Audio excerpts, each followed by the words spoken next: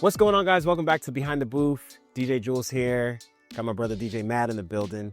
If you guys haven't seen the mix, check up right here. Bro, unplanned hip-hop mix, but we did the thing. It was a lot of fun. And also, don't forget to like, comment, subscribe. Check out his channel, link up below. And my brother DJ Matt, thank you so much for passing by, man. Thank you for having me. It was fun. It was a lot of fun. Like, just watching you throughout the years, I kind of want to take it back to how did you start DJing, or what inspired you to start DJing? I really don't know, honestly. Before I used to say that it was the movie Julz, but then I started, a lot of people, I've heard a lot of people tell the same story that they went to the movie theater and they saw that. So I was like, it can't be that, because it can't just be that boring. And honestly, I don't know. I just think I was just born with it, because I remember when I was when you were little, when you were like 2 years old, and you had like flashbacks, it would kind of like, they would turn the lights on, you remember, and then it turns off. So I remember when I was like 2 or 3 years old that I always wanted to like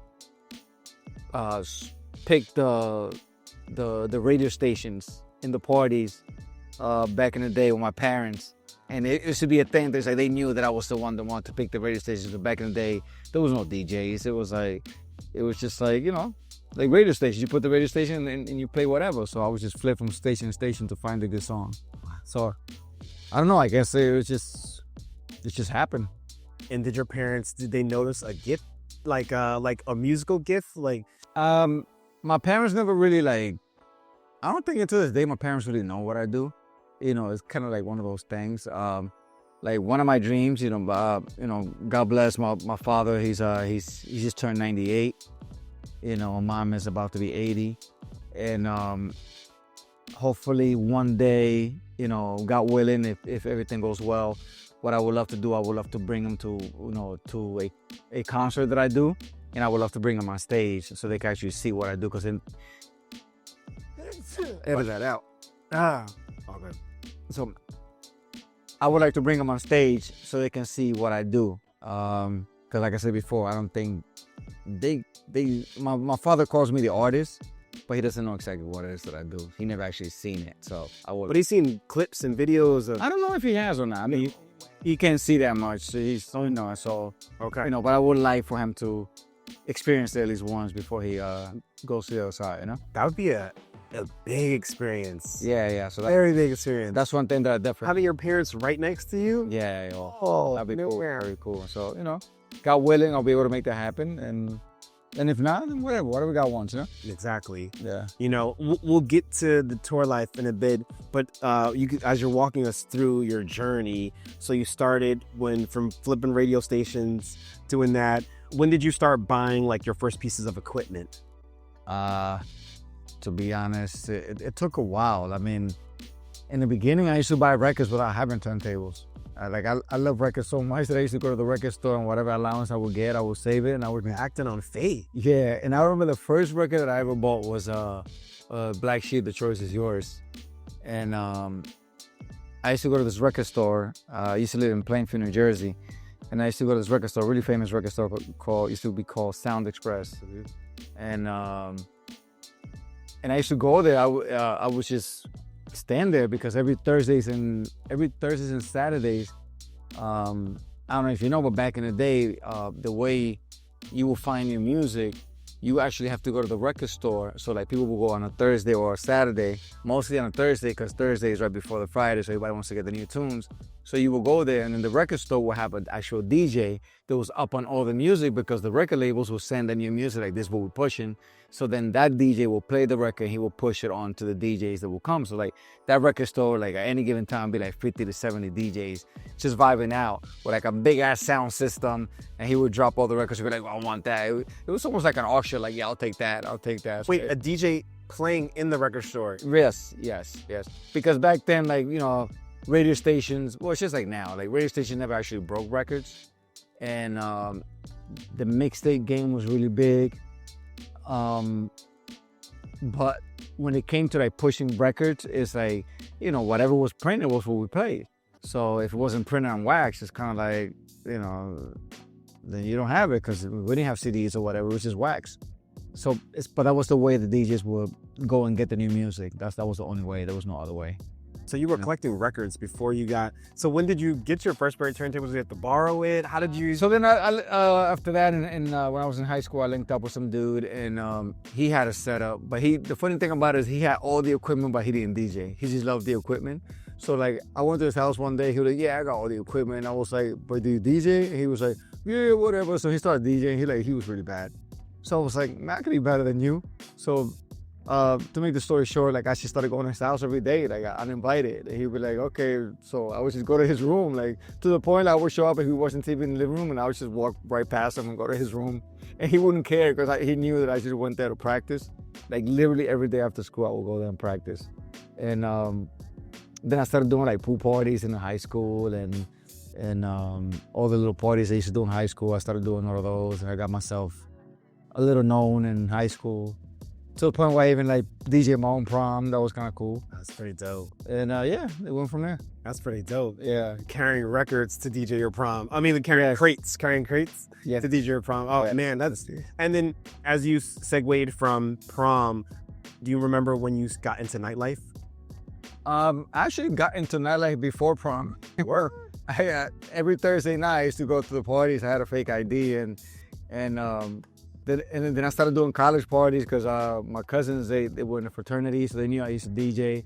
I mean, they knew I DJ, so they were like, "Oh, just come DJ, whatever," and I would DJ at their frat parties, and then I started getting known in the older crowd before I even got out the high school. So that's the way I got into the nightclub. So by the time I got out of high school, like I was already like in the system because I was already going around DJ training ground. Underage, yeah. Wow. That's what's up. And then that prepared you for the next step. You learned how to deal with the adult crowd. Like dealing with the adult crowd before you even got to the nightclub. Like, I'm gonna be honest, back then when, like, if you ask me what was I playing, I can't even tell you what was I playing. Probably whatever was hot. Bro, I was just playing whatever. Yeah. Like, it was like, you know how now, well, not now, because everybody has Serato and everybody, whatever. But, you play with records, obviously, because you have turntables. So, when you used to do a gig with records, you would be like, okay, I'm doing this type of party, so let me just make sure I bring these type of records. Bro, I used to just grab records. I would just grab a bunch of records. I didn't know what it was, and I would just go and I would just play whatever. And people would dance, and I didn't even know I would play whatever. Like, I didn't even know what I was playing. Wow. And it's crazy how, like, back then you would just play whatever as long as it was like a good tune. Yeah. People would dance to it, and now you play something that, I don't know, that may not be as popular, and people look at you weird. Like, it's like music is so fun now. Trying to break records now is different. Yeah. I mean, like, you can do it, but like you almost have to have that Plan B record. It's not worth it. Yeah, it's not worth it. I mean, the artists nowadays, they don't deserve it. They don't show love to the DJs. The record labels don't really show love to the DJs unless you're like in a certain caliber, and by the time you get to that caliber, it's like you don't even need their love. You don't need it, yeah. So it's like that whole connection between the artists, the record labels, and the DJs. It's like it went out the window, I feel, and that's why I think music is so backwards nowadays, because the streets is not connected, I feel. When do you feel that relationship kind of dropped from the record label and the DJ, like that connection? I'll tell you I know exactly when it happened. 2001, that's when I felt it, that it was like, because let me rewind a little bit. Before 2001, I used to go to New York every weekend. I used to drop like $500-$600 every weekend religiously. Like, my expenses on records was ridiculous. But then again, it wasn't much because I was booked like seven nights a week. Yeah. So I was making like over $10,000 a month. Yeah. Back in the day. I'm talking about early 2000. I could, wow. So you have to invest in your records, because the reason why one of the reasons why you got booked was because you got that record that just came out yesterday, and you want to be the first one dropping it. Like, for example, when Lean Back came out, I was in Puerto Rico, and a good friend of mine was there as well. His name is DJ Brinca. I don't know if you know who he is. Really big DJ in New York. He moved to Miami. So he was in Puerto Rico. He was at another party, and I'm DJing and everybody's asking you to play that lean back, and I'm like, I don't know what the hell you're talking about, cause back then records will come out and it's like that shit just came out yesterday. Like nobody had it. Yeah. So DJ Brinca, I went up to him like, yo, what's this lean back shit? Everybody keep asking me like, you don't got the lean back? Like, cause he had just came from the US that day, and I was already there for like 3 days. So the record came out when I was out of the US. So I wasn't able to buy it, so I didn't know about it. And he was like, oh, I got it, bro. I got doubles, bro. I was like, I'll lend you one. And I'm like, for real, you would do that for me? I'm like, of course, bro. It's not like I'm gonna cut it up, but you're gonna play it. So yo, I grabbed that record and I ran that record. Like, the first time I ran that record, I ran it like 4 times. And I never heard it. Wow. That's the crazy thing about it. I never heard Lean Back. Like, I heard it when I actually played it. Wow. So it was different times then, and it just felt great. Wow. You know? It's funny how you were saying even your style of DJing back then, risk-taking, that almost brings it back to the mix that we just did, wasn't planned, just seeing, all right, let's see if this works. I think if there's one thing that I can say that hasn't changed about me is that I love taking risks. I don't like, let me be a little more political. I dislike when I watch DJ perfection. Because DJ perfection, to me, sucks. Like, I like it when I see a DJ getting in trouble because I want to see how he's going to get out of trouble. You know what I mean? Yeah. Like, you doing a set, beat sync and, like, having it from 1 to 10 and just, like, it's just next, and when to come in and having an intro, a 16-bar intro, which I don't understand why DJs use that. It's mind-boggling to me. Like, I don't understand why you need a 16-bar intro on a hip-hop song. That makes no sense. You're supposed to cut the hip-hop. Like, that's the way hip-hop is. Hip-hop is a raw form.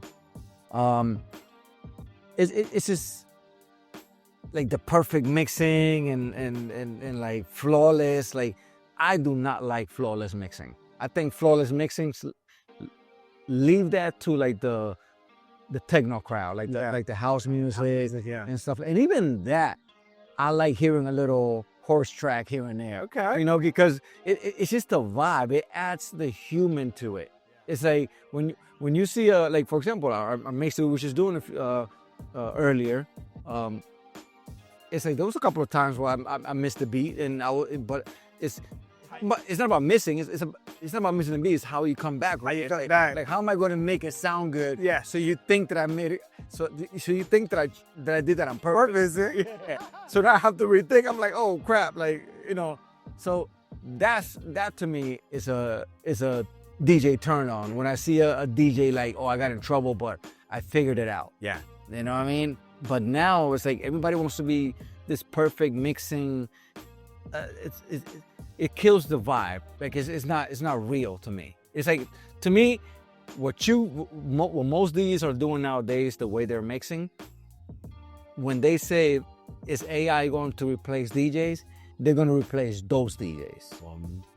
That is my opinion. Wow. Yeah.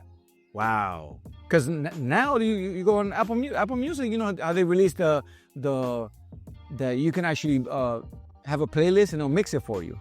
Apple Music? Yeah. I remember Serato had this thing called Serato Pyro, and it could blend the songs like the BPM. Right. No, Apple Music has that already. Like you want a playlist mix, like a workout mix, and it'll mix it for you on BPM and everything. So it sounds like literally like most of these DJs that have a 16-bar intro and they mix flawlessly. Bro, technology is so advanced that it's like you're doing what AI could do. But you know what AI cannot do? Being natural, messing up on the fly, coming back to it, spinning the record and be like, oh, let me get out of here and stuff like that, or making a judgment of like, this record is not working. It's not going to sound as good of a mix if I cut it mid-verse, but it's not working anyway, so it has to go. AI I don't think AI will ever be able to do that because AI is not looking. Yeah. We're looking, we're the one feeling, we're the one being bothered by the Karen saying, play this song right now, So, I don't know, I'm just here. No, that was actually a great terminology, because I know a lot of DJs, that's sometimes the scary part, like, oh, is Spotify going to replace me, Apple Music, Tidal, but you made a very good point.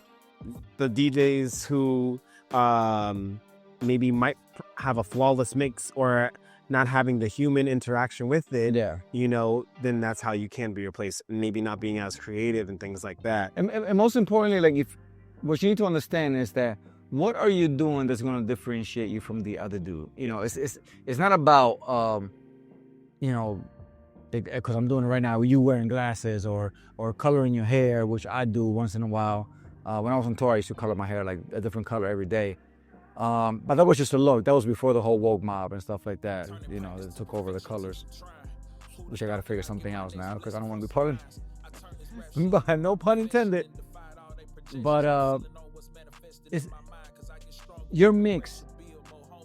Like it can be something that anybody can just do, you know. And me personally, the way I go about mixing is everybody. Like for example, if I ask you, when you DJ, who do you play for?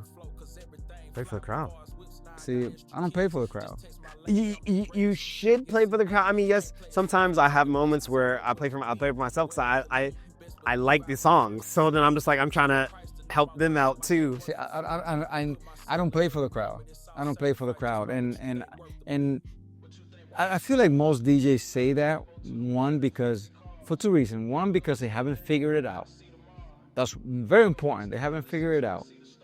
And two, which is the most common, because they want to sound politically correct. Okay? Yeah. But most of the time it is because they haven't figured it out. So they go to play for the crowd just to sound whatever. You ask me, call me arrogant, I play for myself. And I'm explaining to you why I play for myself. Because when you're in a big stage or little stage, first of all, the worst stage is the stage where the club that only fits 25 people and only 2 people showed up. That is the most difficult place you could DJ at. You know, and then when you go to the 500, the 1,000, the 2,000 people, those rooms are easy. Then there is a cap. When you start breaking the 5,000 and up, then that's a different monster. You know, now it depends if they're sitting or they're standing. Now, the sitting, like for example, an arena with the seats, that is very difficult for you to get people involved because you are trying to hype up people. They went to let's say a show, a concert, very well dressed with their suits, the girls with their high heels. You know, they came to see their favorite artist, and they already have a seat. So you're trying to convince them to get off their seat. That is a very difficult situation. Wow. You know what I mean? So the reason why, and I'm coming in full circle. That's the reason why I was saying that. The reason why I say I play for myself is because I learned one thing that taught me playing in stadiums and in arenas where there's people sitting is that energy. You don't see it, but you feel it. Yes. Okay? And the music by itself is not going to give you energy. Okay? You can play the best songs. As a matter of fact, I've done concerts where the DJ before me played 80% of the music that I was going to play. I went on the first 15 minutes. I played different stuff, but eventually you got to play the hits. Yeah. But I played just about most of the records that he played, and he didn't even get not 1% of the reaction that I got. Wow. Because it's not what you play. It's not what you play. It's how you play it. Yes. And if you blend the records the same way always with the 16-bar intro and whatever, anybody can do that. Yeah. So you can't say that you're playing it good. I mean, you are playing it good, but you want the reaction. You want to create something. You want to create an energy. And to finalize my point, I know I'm not extending this part right here, but to finalize my point, the reason why I say I play for myself is because I'm up there by myself. So how do I expect you, if you're watching me right now, DJ, right? How do I expect you to feel it if you're looking at me and I'm waiting to feel it by looking at you? Who starts first? Wow, that's so true. Like, people are going to respond of your energy. Exactly. Wow. Exactly. That leads me to some questions I have for you since we're on tour life right now, arena stadiums. How do you, well, you just said you play for yourself. Because my question was going to be, how do you read a room when you can't even see the people? It's called You Got to Become an Actor. If you go to my YouTube channel, which you guys should, Gang. shameless plug. If you go to my YouTube channel and you watch a few of my live videos, you will see me DJing, me looking up, me pointing at people, doing whatever. And you see me, you see the crowd, okay? Because the camera is not directly behind me, it's kind of like tilt to the side. The reason why it's tilt to the side is because there are these humongous spotlights on your face. Wow. These lights are hot as balls. Oh God. Like you sweat like you're gonna sweat like a fucking pig. It doesn't matter if it's the winter Wow. and you're outside, you're gonna sweat. That's how powerful these lights are. Wow. So on top of you sweating, these white lights, what do? They blind the crap out of you. So it's like, when somebody puts a flashlight on you, what happens? All you see is the light, but everything around goes black. Yeah. Okay? So when I go, you over there, you dancing and whatever, I'm pointing whatever.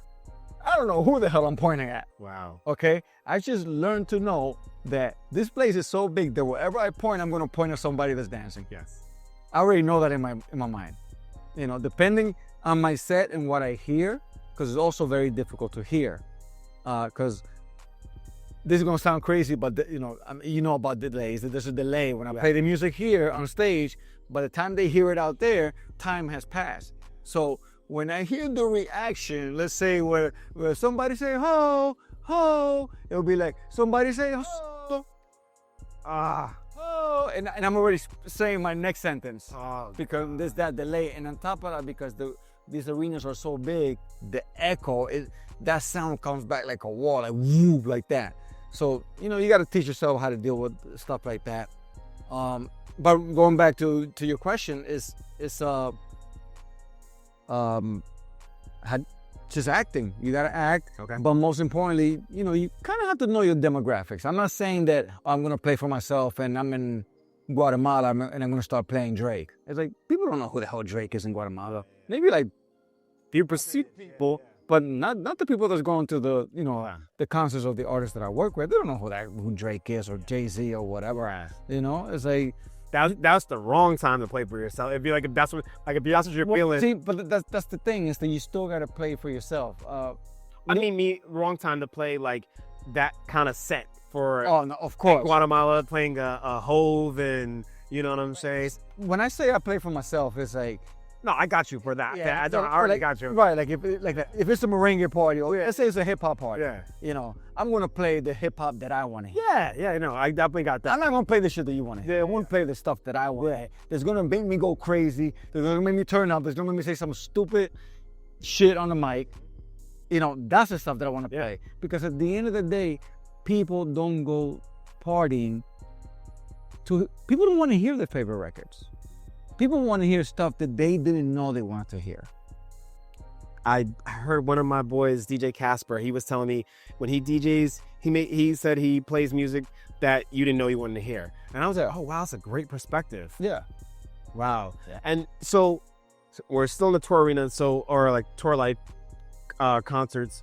So you said there was a difference between playing, like, of course, like when you're playing club, like say 25 people. Sometimes it's hard when you only have 10 people in there, like just a smaller. I feel like I want to kill myself. I've been on such. Sorry. Those are hard. I think every DJ career. That's like, sometimes I feel it's harder to play. Actually, no, I know it's harder to play for a smaller amount of people, because then it's just like if a couple people walk from the dance floor, then it's like, oh boy. It brings your ego. Like it's like you feel like crap. Yeah. You feel like, what am I doing here? You start questioning your life choices. That's the fact. Like, oh man, that's a fact. I'm never getting a chick ever again if they see me DJing here. Like, you know what I mean? Yeah. Like it's tough. So say like the 500 to 1,000 person concert space. How is that difficult to DJ? Like when it's you said 500 to 1,000? Like around those people. That's a party. That's not a concert. Okay, cool. So now I guess if we bring it to like 5,000 to 10,000. Yeah, concert is more. Yeah, a concert is more like 3,000 and up. So when did you notice it? Because you mentioned before, when did you notice the difference between DJing like the smaller concerts to going to like 20,000, like that, like where you're like, okay, I gotta adjust. When I noticed it the first time I did at a concert, which was the first time I did at a concert, I realized that what I was doing wasn't working. And what were you doing that wasn't working? I was doing what I was doing in the club. I was building the party. So you basically, what you're saying is you have to, at the concert, you got to go headliner set. Let me tell you something. When it comes, this is me, okay? And you have to have a personality. Things may work different for you. You know, this is my character. I'm very spontaneous. You know, like I will make something out of nothing. Yeah. You know, I have this. What I've learned is this: the minute I throw my intro, boom, epic intro. When that intro stops and that spotlight turns on me, I got 5 seconds. That's it. And those 5 seconds are going to dictate whether this set is going to be a good set or a bad set. I got 5 seconds. That's it. If I don't grab them in those 5 seconds without music, I lost it. Why will you say that? Like, what am I talking about? The respect. Got it. Okay? In 2023, we did over 130 concerts across the world. We went to countries that I never thought that I would go. I mean, shoot, we ended up in Italy, Nepal, Napoli, Italy. Yeah. Like Napoli, Italy. It's like, I think it's like 2 hours away from what's the name of that place where they had the volcano that came out and everybody died and whatever. Oh, I don't even. You know your history, whatever. Okay. Well, you guys may know. The point is, okay, something a little more that you understand. No, but I understand. So Israel. We went to Israel. Yeah. Oh, wow. We went to Israel. Okay. Wow. And there's Dominicans out there. Wow. And we went to Israel. And most of those people don't speak Spanish, but they still came out because they know some of the songs. Wow. And you're there, and you're like, what do you do? Yeah. Like, what's happening? Like, you know, like, it's just. So now, do you do research? Like, say, like you're saying Israel, where you find out, like, okay, what are some Israeli bangers that people like? It's funny you say that because that could work for you and that could also harm you. And I've done it all. When I tell you that I tried everything, I tried everything. And first, I went with my thought that it's like, oh, I'm from the tri-state area, New York, New Jersey. Whatever works here is gonna work everywhere. Wrong. Dude, you travel 3 hours away from the tri-state area. You go to Maryland, and it's backwards already. The music that you play here is totally different than over there. You do your homework, see what's going on. So once I figured that out, you know, I crashed in a couple of shows. Again, when I first started DJing at shows, my thought was club vibe. Like, let me build the vibe. Let me start slow and go up. That doesn't work. That does not work. Okay? So then I figured it out. I was like, okay, I need to just start. Let me just hit them. Okay, that works. Okay, so now the music selection. How do I go about the music selection? Where do I go? Okay. Hits will always be hits. If a song is a hit, a classic, it's a hit and a classic because it's a hit and a classic across the world. Like, for example, there's not a corner in the world that if you drop Gasolina by Daddy Yankee, the place is not going to blow up. Facts. Certified banger. Yeah, that is a world classic. And I can name you many, many more songs that are world classics. So the difference between world classics and hits is that hits may not work, but world classics do. I would say 80% of the music that I play is throwbacks. I had people reach out to me and said, yo, can you play new music? You play mostly whatever. And in the beginning, it used to bother me. But then now I know that it's like, you don't know what you're talking about. Yeah. You're not the one on stage. Yeah, if I will go and I'll play all this new music, nobody will vibe to me. Yeah. Because most of these people don't even know this new music. Facts. You know, it's only a small pocket of people that know the new music. Throwbacks is where you at. If you want to win, throwback. When I go to a club and the DJ is like, oh, I didn't play another new hit. No, play all the new hits. Leave me all the throwbacks. So I'm going to destroy this place for the throwbacks. Yeah. You know, as far as your question said, music selection,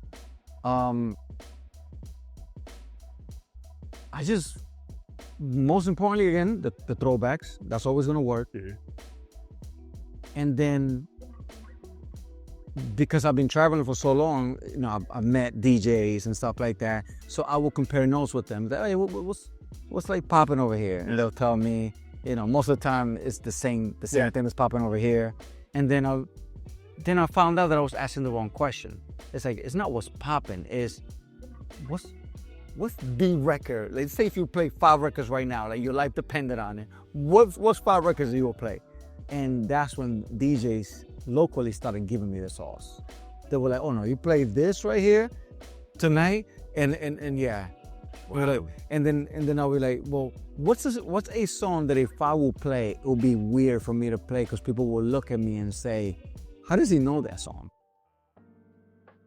And then I started getting materials like that. So I started learning. Let's say, for example, you go to Argentina, there are like the biggest song of the night when I went to Argentina in front of 75,000 people was the Copa Mundial song.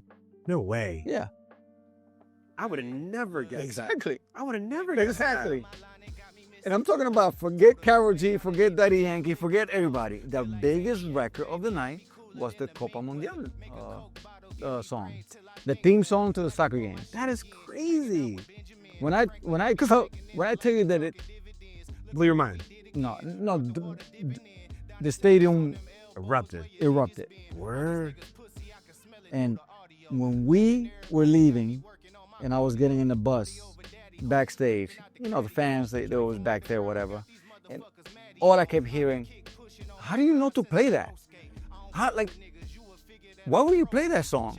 Like, how do you know that? Like, you're not from here. How will you know that? Wow. Oh, I would have never thought to play that song. Like, and then, so like, say for example, you're playing Argentina. What's the difference between playing like South America, Central America, like say like all these different Latin countries? How do you like Guatemala? Like, the thing is like, it's the same thing as when you go to Jersey and then when you go to Washington Heights. True. You know, when you play in Jersey, you know, you can play the same songs, but there's certain dembow songs that you can play here in New Jersey, but you can play them in Washington Heights because they're dembow. They're up crazy. Yeah, right. Yeah. Or like you go to Washington Heights and you could play some Jersey club tracks that they know. But if you really want to get down with Jersey club, they're gonna look at you like you're crazy. What the hell are you playing? So it's the same thing worldwide. It's still the same songs, but there is a pocket of songs that they play in that region, and your job is to find out what those songs are. Now, I know I may be sounding like I'm contradicting myself that I'm saying, but you are playing for the crowd, not playing for yourself. No, I'm still playing for myself. It's because of how I play these records. Yes. Okay? Somebody asked me that question before, and I don't know if it was exactly the same way, but I did answer like this. I said, music to me is secondary. I'm first. Okay? That mic is first to me. When I crack that mic, I'm first. The music is just my background. Wow. You are the main character. Yes. Most DJs, they make the music the main character and they are just the conductor. No. You came here to see me. You know what's funny? Because that's what I've noticed about tour DJs. Like, very good tour DJs, their mic game is impeccable. You know, you're just like, dang, like the way they move the crowd. They figure it out. Yeah. And like, as I've seen your videos, and I'm just like, wow, your mic game, like how you control the crowd. Like, and that makes sense how the mic game is number one for you, you know? So, yes. Wow. That's amazing. And like, just being able, what kind of advice would you give to like, say someone watching this video that wants to be an artist, tour DJ? What advice would you tell them to how to get into that? You can't be afraid. Don't be afraid to fall flat on your face. Okay. Because the only way you will know how to come back from falling flat on your face is by falling flat on your face. So fall flat on your face. That's it. What can you give us an experience of you falling flat on your face? Oh, I fall flat on my face many times on stage. I mean, anything particular that's I'll tell you, I was in Puerto Rico and in the biggest stadium in Puerto Rico. It was like 75,000 people. Not the Choliseo, not that one. That holds like 14,000. We did. I've done that maybe like 15 times. okay. The stadium where they play baseball at, that holds like 75,000 people. It's kind of like a city feel. Okay. And we did 2 shows back to back. And on the first show, I'm DJing and I didn't have a laptop stand. I actually uploaded that video. That's what I was going to get to. We're talking about that. I was going to get to that. And I'm DJing and the laptop fell. The laptop fell, and I looked at it, and believe me, how the video looked versus what I felt are 2 different things. Like me, what I was feeling inside, I saw a train and a truck and Superman just had a fight. Oh man. But me, I didn't care. I acted like I didn't care. And I remember grabbing the mic, and then the sound guy noticed that the laptop fell because the music went out. And automatically, some people started booing. And there's one thing that I've learned, and I've learned this from the club business, that it's like the minute somebody starts booing and you allow them to continue booing, you lost it. You need to call them out automatically. Call them out so they can stop. That's called crowd control. You got to continue to have control on the energy no matter what happens. So if you watch the video, there were some people that were like, started whatever, booing a little bit, and I grabbed the mic right away and I was like, hold up. This happens, it doesn't matter what's going on right here. I don't exactly remember what I said, but I was just talking, filling up air, dead space. And I'm trying to grab my laptop. Luckily, one of the techs, which is one of my boys, he came running and he grabbed the laptop and then he started hooking it up for me. So while he was hooking it up, I was able to concentrate more on the mic, to speak a little more. And then I started getting the crowd back in, and I kept looking and be like, boom, whatever. And I was like, connect that right there, whatever. And once he connected the laptop and I knew that, okay, I'm back, that's when I let it be known that it was like, that happens, whatever. But it don't matter because the vibe is still gonna continue. Because I'm DJ Matt. Oh, we're gonna rock, bam. And I never lost the beat. People, they stood right there. Bro. Why? Because I didn't care. Don't get me wrong. When I finished the show, I went backstage and man, I think I shot her a little bit. Oh gosh. I'll be honest with you. But again, it's all acting. You have to learn how to act, and you can't have shame. Wow. You can't have shame. Now, I think that's great advice for DJs who are aspiring to be a tour DJ and things like that. Not having shame, learning how to act, learning how to roll with the punches. If you're, God forbid, something like that happens. Because I remember when I was watching that video, I was like, how did you deal with that? I think you made a breakdown too of it. Like, yeah. It was, vlog, yeah. Bro, it was. I mean, it was scary. So I'm like, dang, that's a real life situation. Someone could just knock it over, but you still have to. And being able to talk on the mic helped so much. Like it was the filler to be able to continue. Yes. Because I've seen DJs that situation has happened to them, and they don't have mic skills, and people just start booing, and the booing goes out of control, and it just looks really bad. Yeah. And you as a DJ, that it's really difficult to come back from a boo. Oh. Because your ego, like it's like you having the best moment, you got people's hands up, and all of a sudden, boom, something happened, they start booing, you're like, but y'all were loving me a few minutes ago, and now y'all shitting on me? Crazy. It's like, how do I come back from that? And then you start questioning what record you're gonna come back with, and what is it? Yeah. It's tough. Yeah, and it like basically DJ, we're entertainers. Yeah. Entertaining the folks, it's not easy. Yeah, but it's entertainment. Yeah. And the word entertainment says it all. You know how they say the show must go on. Like, yeah, you fell and people laughed at you, but get up, brush it off, and keep going. Yeah. because it don't matter. So now, equipment-wise, for when you're playing concerts and everything, backline equipment, do you tell them, hey, this is my rider, this is what I need? Do they provide the equipment? How does that work and everything? Well, of course, you tell them what you want. When I first started my first shows, I used to bring my own equipment. Okay. And that was a headache. As a matter of fact, I broke like 4 turntables in the process.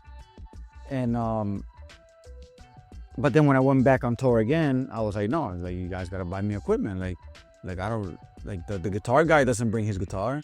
This dude doesn't bring his mic. Like, you gotta give me equipment. So, thank God they got me equipment. They got me exactly what I wanted. I gave them the rider, and that's it. Nice. Yeah. So now, for prepping for shows, like say for example, you have a show in this state today, but then say like tomorrow you have another show there. Do they pack that equipment up and bring it there, or do you sometimes have it like lined up already? Now we normally run with the main setup and then like 3 more backups. Got it.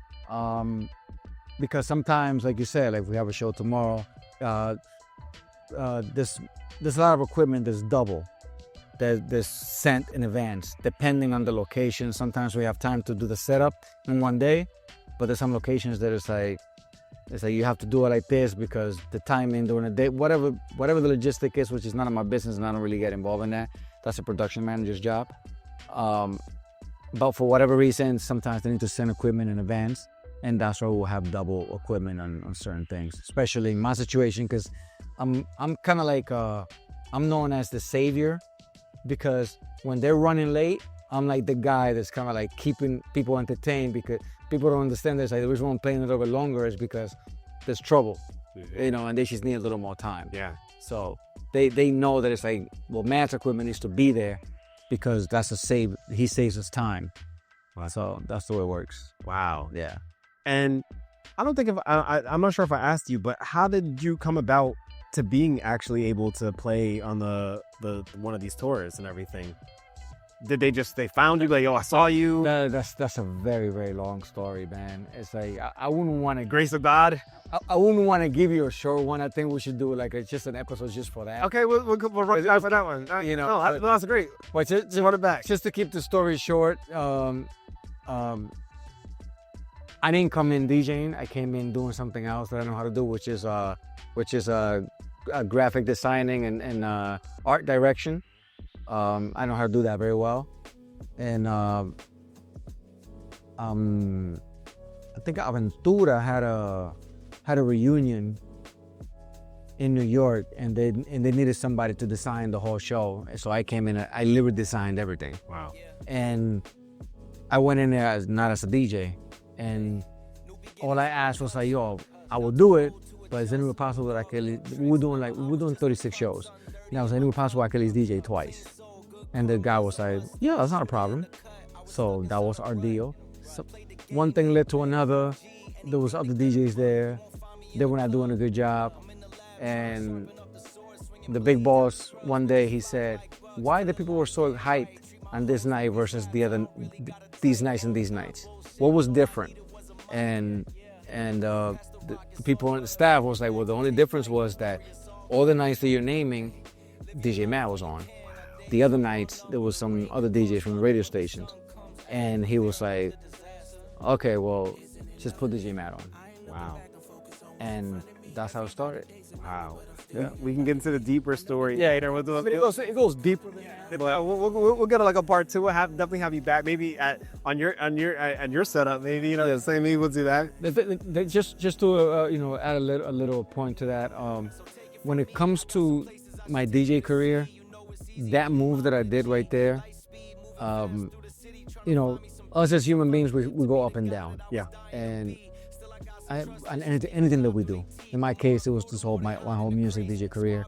And at that moment, I was, in my down, looking for my up again. Mm-hmm.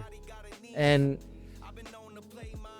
I was chasing the radio station. I was chasing, the clubs, and I was like, yo, the new promoters are coming in, they bring their own people, and now my cousin knows how to DJ. Yeah. And, I'm a promoter and I also DJ, so like, well, why need you? Yeah. Same story as today. And I was like, damn, what am I gonna do? What am I gonna do? I believe that I'm dope. I believe that I'm a really good DJ. What am I gonna do?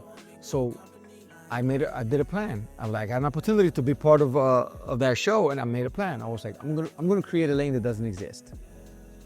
And what was the lane that didn't exist? Before me, the whole actually, and after me, because it's still nobody has been able to crack that. Only me, I could say that. I'm the only DJ that has ever opened up for bachata artists. Wow. And that bachata artist is the only bachata artist that has ever had a DJ. Wow. Because if you think about it, like a bachata artist has an opening act, an opening DJ. What? Wow. I mean, that's weird, you know. And nobody was doing it. And there was DJs that were cool with him. There was DJs that were around him, but for whatever reason, none of them tried to open that lane. Wow. And I said, I'm going to create my own lane. I'm going to create a lane that nobody can take me out other than me or the boss. Yeah. Yeah. But nobody can come in and be like, put me on because I'm whatever. No, only him and I can take me out. Wow. So I created that lane. If tomorrow you see somebody opening up for him, I created that lane. Yeah. He didn't create it. Wow. By the time, and you know, and we had a conversation recently, and I was talking to him, and we were talking about that subject, and I told him, by the time you find out I was your DJ, I had been your DJ for months. That's crazy. Because from being an artist, you're dealing with so many things that it happened so organic and so fluid, and it just worked perfectly. That by the time he realized it, he had to publicly announce it. wow. Because the fans chose me. Wow. And that was like the best part. For me to be able to walk into a country, a third world country that don't know who DJ Matt is. This is the first time, and the lights turn off. And you know, when you go to a concert when the lights turn off, everybody thinks the main artist come out. Yeah. And all of a sudden, a big intro plays, and everybody's excited. They put their phones up with their flashlights on, and when the light comes on, here's this guy. Oh God. And nobody knows who the hell I am. Yeah. Nobody. This is the first time they see this dude up there, and they're like, what's happening? Yeah. And for me to go up there, play for an hour, and when I leave, I get a standing ovation. Oh. And this is the first time you ever met me. That, you know, you're a DJ, you know that, you know, to get somebody to say, well, you did a good job, that's a big deal. Yeah. So for people to actually give you like, to applaud you, Yeah. it's like, you know, and then you get addicted and then you want it all the time. Then Yeah. It becomes a rush, man. Yeah. Like, so I'm gonna run through these questions. So for even so we talked about the tour life and everything. So we can talk about even some of your accolades too, being a Latin Grammy winner. You know, my dude. Yeah. Yes. How does that feel? How did that come about? Well, I'm not only a DJ, I'm also a music producer. I'm a musician. You know, I play the piano. I've been studying the piano heavy recently more than ever. I came in as a assistant engineer to Romeo Santos in 2008. Okay. 2008. That's when he was doing the album Golden. Mm-hmm.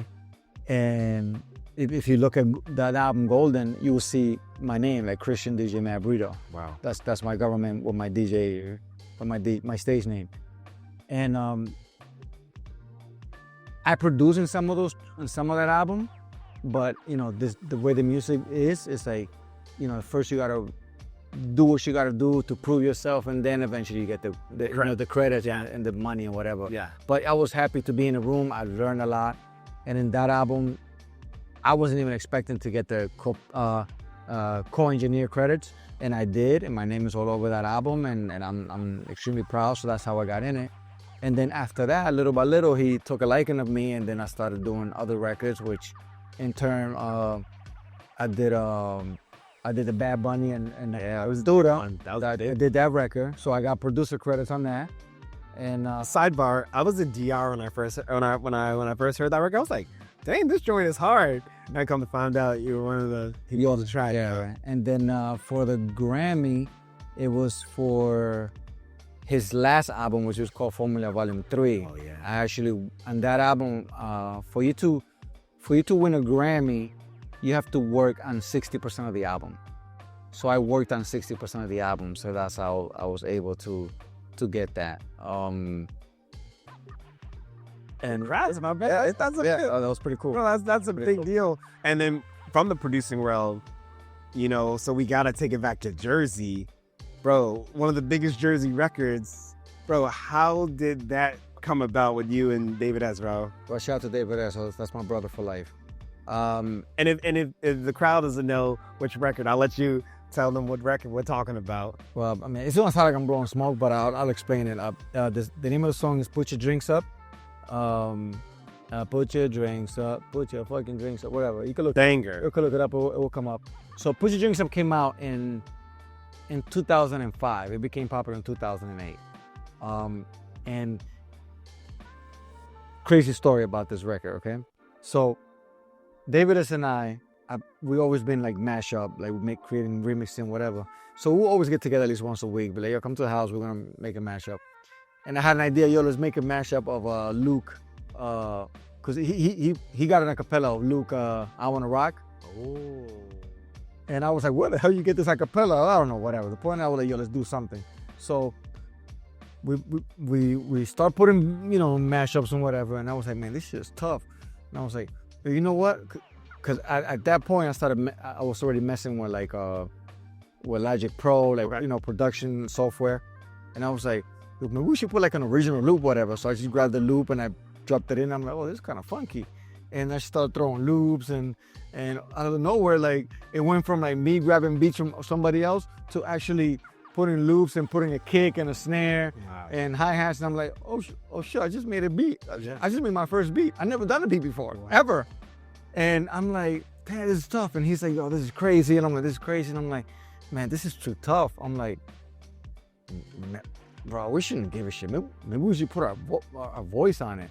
And I was like, yo, and then he looked at me like, what? Like, I'm like, cause it was dope already with the Luke acapella. And I was like, nah, let's just put our voice. And he was looking at me weird. So I was like, so I just grabbed the mic and I was like, we'll just say something like the whatever. The people go crazy. Like, you know what? Something that nobody has ever said. And I was like, I just grabbed the mic and literally one take, I just said, put your drinks up, put your drinks up, put your fucking drinks up. And then I put auto-tune on it and put it at 1,000. And we looked at each other, we're like, this shit sounds crazy. So we're like, we need to take off this Luke shit. So we literally took the Luke's acapella out and we playing and we're like, oh, this shit sounds crazy. But it's like, I mean, this Luke shit sounds dope too. I'll play this too, but this sounds crazy. And yeah, but it's like, what else are we gonna put on there? And then I was like, well, you jump on it. Just say put something up, whatever. So that's what. So he went and he started, him being a white boy, and his vocabulary was way greater than mine. He started adding put your Red Bull up, put your beers up, and so he came up with all that stuff, and then he did that part. And then me being the wild boy that I am, out of the nowhere, I was like, we need to add something to end it. So it was like, I was like, fuck it, I ain't got no money, give me a quarter juice, what's the bartender, I ain't tipping you. And that line, bro, that was big. I remember hearing that. And I remember when I would play that, bartenders, they hated me. Oh yeah. They were like, how dare you, fuck the bartenders, I ain't tipping you. And I'm like, bro, it's just a song. It's just me bugging out. But they took that very personal. Oh yeah. But I feel like that line, because they took it personal, it's kind of like back then that was equivalent to going viral today. It's like that line made it like, oh, how dare you say that? Yeah. And then I'm pretty sure that bartender went to the other bartender. You heard DJ Mad says this on his record. What song? This song. And then they'll play it, and that's how we got so many plays. Now going back before the record even started getting played. The way that record became, and this is the power of a DJ, the power of DJs, of the 7 days a week working DJs. We have more power than you think. Wow. Between David and I, we were DJing in 14 different clubs a week. Wow. Okay, we were reaching easy over 10,000 people a week. Wow. Okay, so we were like, yo, we have a song. Like, how can we make this pop? David and I did a pact. We said, we're gonna go DJ 7 days a week, and we're gonna play the song minimum 4 times a night. Wow. So since 2005 to 2008, we played that record every night. Every club we went, Wow. 4 times a night minimum. Sometimes I would play it 7 times a night. To the point where by the time people would leave the club, they were singing Put Your Drinks Up. Wow. We did that for 3 years. And after the 3rd year, Hot 97 played the song. They were forced. Because only David and I, for 3 years, we played that record nonstop. And then I had like a whole bunch of DJs coming up to me like, oh, your record blew up because of me, because I played it here and whatever. I'm like, no, it wasn't. The record blew up. Like, I would ask them, like, when did you start playing the record? Oh, I started playing it in 2007, like end of 2007. I'm like, bro, you're late to the party. Wow. We were playing this record like crazy for 3 years. Yes. Like, it got to you because it had to get to you. Like, Bro. we forced this record. You know what's crazy? I remember, I'm trying to think of the first place I heard it, but I remember, I think Walla played it on like one of his like mix CDs or something like that.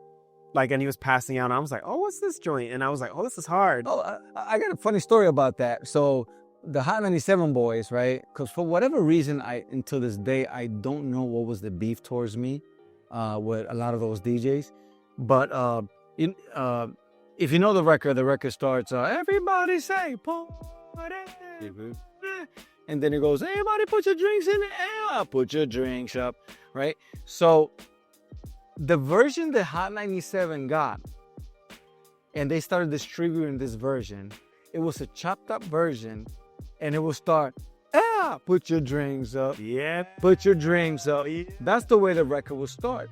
And I will always ask, why these DJs always will only play the air when the part that people love the most is, everybody put your drinks in the air. Because everybody will be like, oh shit, that was the signature of the song. And they will only play,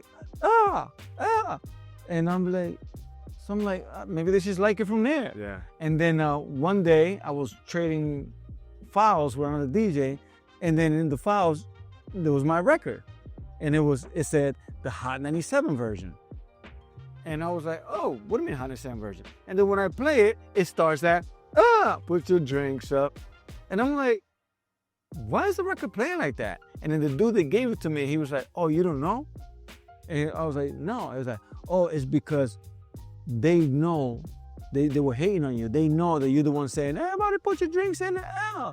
So they cut you out, so only David S plays. So, but the funny thing about that story is that they didn't know that it was me that was saying, put your drinks up. It still didn't cut me out. And I was like, wow, that's crazy how they will do that. Like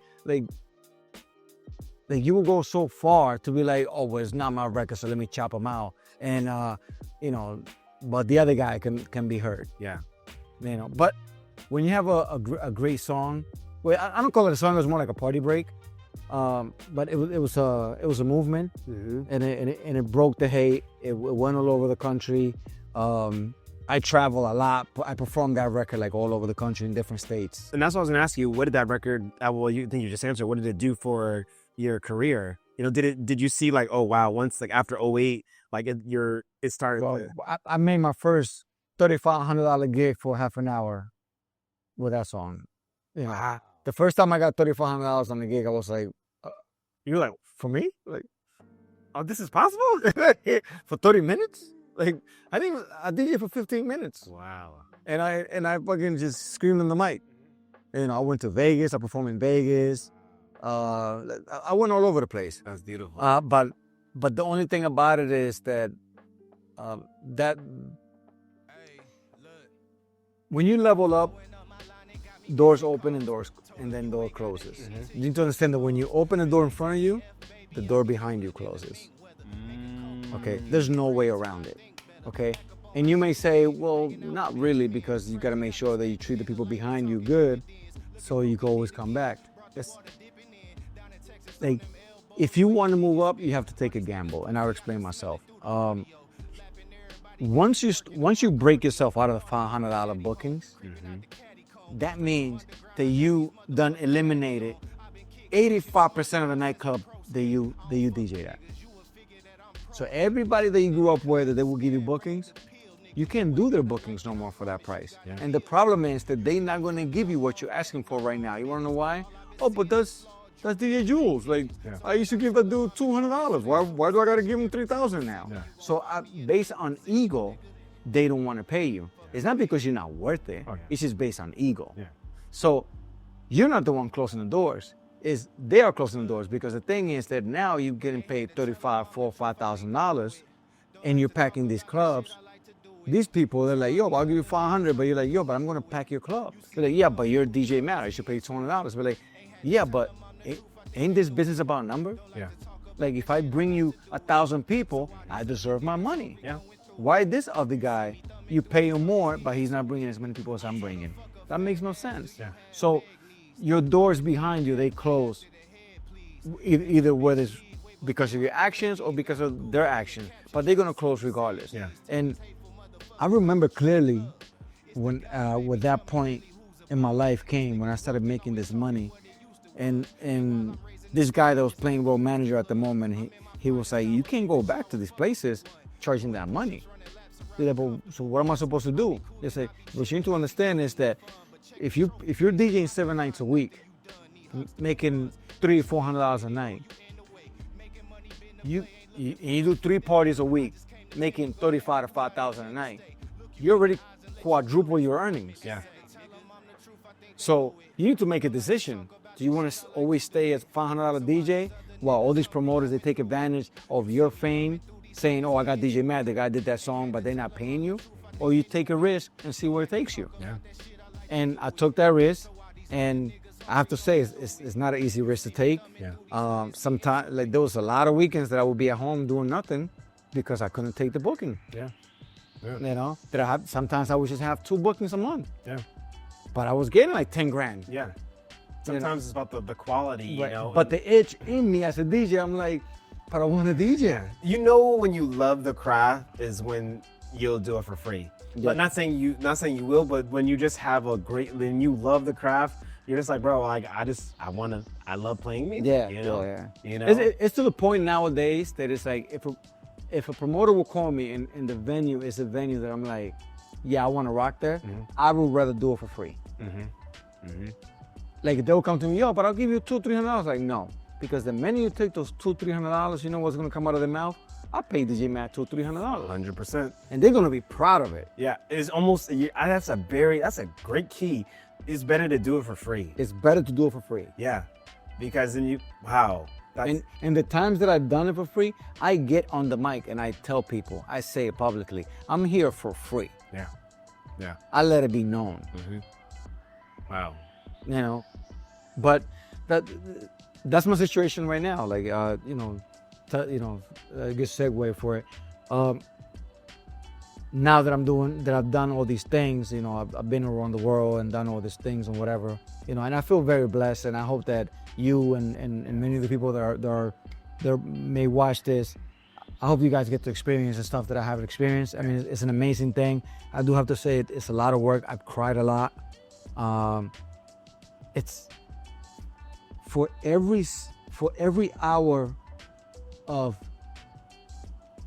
enjoyment that you get in this business, like when I've been on tour, for every hour of enjoyment is a week of pain. Wow. That's how crazy the politics is. It's more than DJing. It's really bad.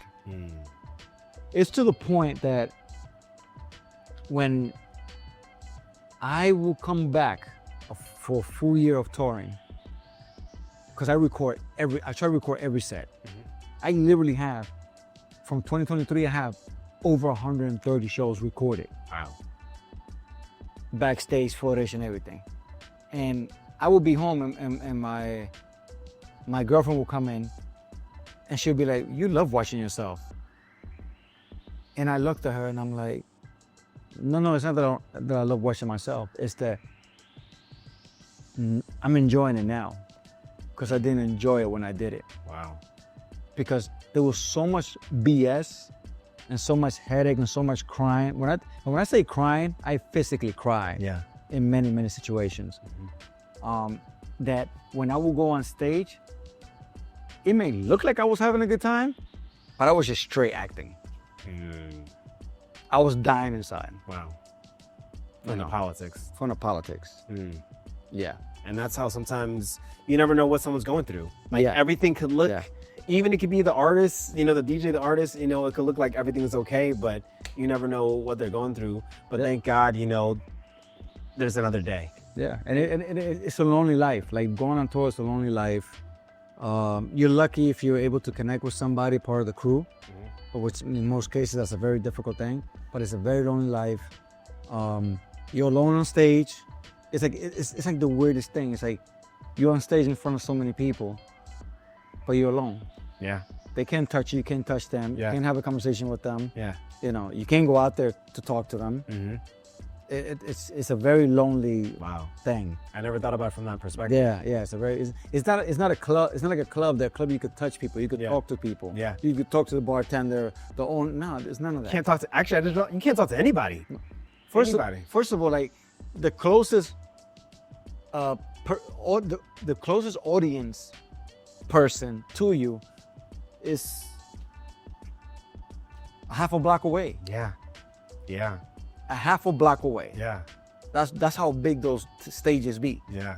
So they're over there. Oh my God. So it took me a long time because you know when you DJ in the club and you want to be as close as possible to the crowd so you can feel it. Yeah, I love feeling it. Yeah. It's like you ain't feeling nothing out here. Especially because majority of the times you're on stage. I've seen sometimes with concerts that the DJ will actually be in the back. Yeah. Or like be right next to like the audio engineer or something. Well, or like I'm very grateful and beyond grateful at the fact that the Romeo said to me, you can use 75% of my stage. It's beautiful. He said you can use 75% of my stage because he's the type of artist that he understands who he is, and he doesn't think like that other artists like, oh no, you know, keep the music low and whatever because you're gonna outshine me or whatever. Like no, he knows who he is. Yes, he's like, people came for me. Yes, he's very secure. Yes, very exactly. secure. Like, so, and most importantly, he wants one thing that I admire of him is that he wants his fans to have a good time. That if they're waiting, have a good time. Yeah, you're paying some people they're paying like they have to save up for the concert. Yeah, you know. So he wants people to have a good time, and he found the sauce, which is DJ Mad, Cinequad. Gang. And he's giving it to him. I love that. And he's like, this works. They love you. Let's give it to him. So before when I first started, they used to put me in a little corner towards the left, right next to the monitors, the monitor person. And little by little, I just started pushing the table more. And the production manager will notice that, be like, it's a little more and more and more. Until one day I was like, yo, I want to be in the middle. They were like, oh, you got to ask Romeo that. So I was like, okay, I'm going to ask him. And then I was like, I'm going to ask him, like, yo, can I just be in the middle? Like, it's very difficult for me to control this crowd, whatever. But I already have proven myself that I can control. He was like, yo, bro, use 75% of my stage. I'm going to send a text right now. You good. Wow. So the minute that word came, where you want your desk, man? Wow. And I was like, I want a dead center. I love that. And then when I became the official, the one thing that I said was, if another DJ comes and open up, they cannot be in the center. They can't use my equipment, and they can't be in the center. The stadium lights cannot be off. Like, let's say, for example, if you came to open up for me, correct, you're gonna be in a little corner over there. Lights are on. Yeah. The music is gonna be low. Yeah. There's no spotlight on you. Yeah, that was valid. That's valid. Like, that's the way it is. The only DJ that gets that love on Romeo's concert is me, thank God. And I could say that, thank God he trusts his baby with me. Yeah. Because I represent him. 100%. And so I treat it as such. I'm very respectful of his stage. So at the end of the day, I know it's his stage. So, if I'm understanding, are you of Latin descent? Yeah, I'm Dominican. Yeah, tú sabes. Y entonces, how has that impacted being able to play these Latin countries, like being able to speak Spanish, things of that nature? The crazy thing is that, I mean, I started, I came over here when I was 12 years old. So like my language development was mostly influenced by hip hop. And I used to speak very ghetto. I mean, I may speak ghetto now, but before it was like beyond. It was like street, dirty, like, it was, I can't even try to sound like that even if I wanted to. Wow. And so English became my first language. So my Spanish was very broken. And then I started doing Latin events and I would try to speak and I'd be like, damn, I can't speak for crap.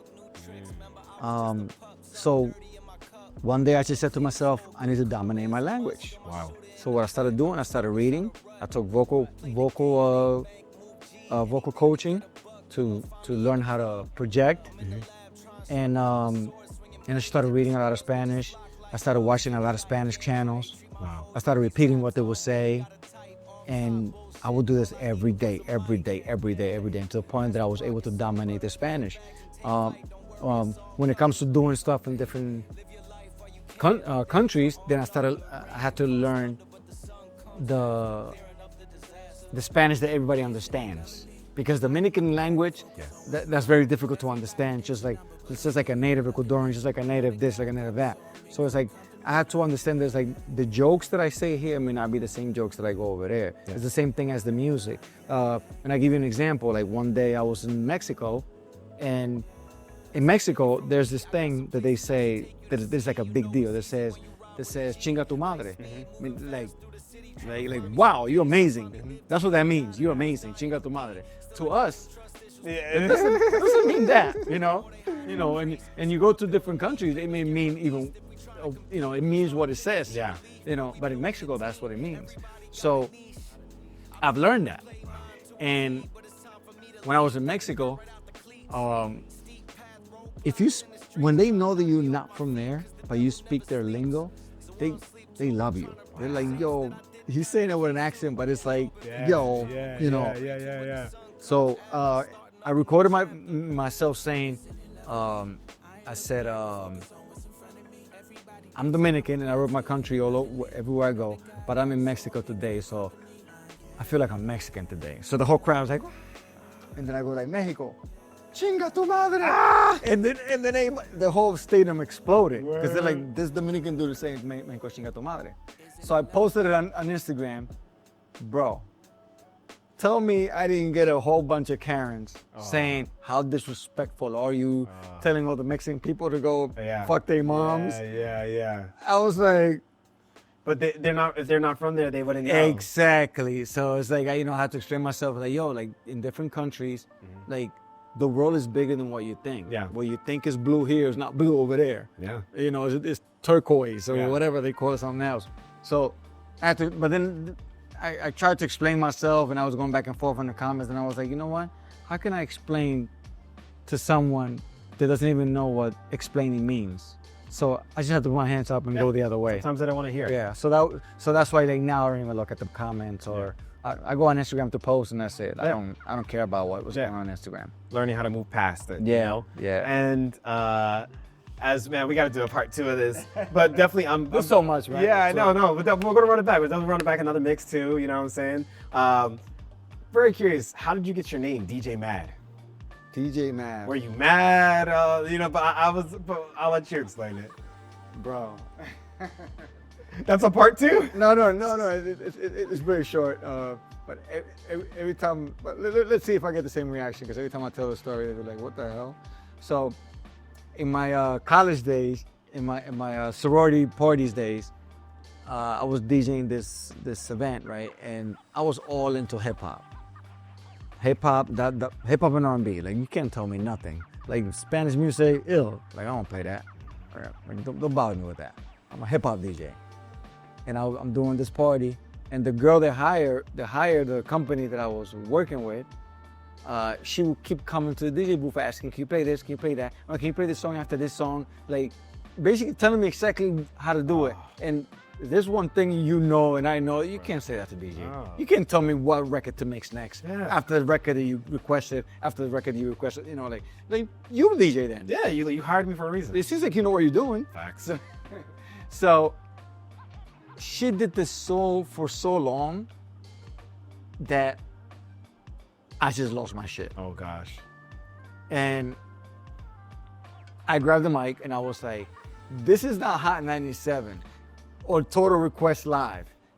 If you want to request, call Hot 97. Because stop coming over here, you're pissing me the fuck off. And I put the mic down. So the girl comes up to the stage and she goes, what the hell is wrong with you? Like, there's definitely something wrong with you.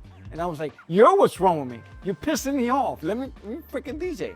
And then she goes, you should call yourself DJ Mad because you're really mad. And then I looked at her and I was like, maybe I will. Wow. And that's how the name came about. That's dope, bro. That's a great way to end this note, man. That's a great way, Bro, and lastly, where can the people find you if they want to connect with you, socials, things like that? Well, you can definitely find it in the comments, but on the description below, DJ Mad, you type DJ M-A-D. I mean, it's spelled out D-E-E-J-Y-M-A-D, but if you type DJ M-A-D, it'll pop up on Instagram and all the social media. Or you usually go to my website, djmad.com. And all my links are there. Now, I would appreciate a follow and whatever. Show some love, and if you don't want to, then that's fine too. The outside, you already know what it is. Yes. We're actually inside. We inside. Yeah. But you already know what it is. Behind the booth, DJ Mad, first of many. It was a pleasure. Yeah, great thank you so much. interview, great chat. It went longer than expected. No, we vibe. We having a good time. Definitely got to run back a part 2. Definitely, if you guys haven't, check out the mix. It was great. And my brother, thank you so much, man. No, thank you. Appreciate it, man. Hey.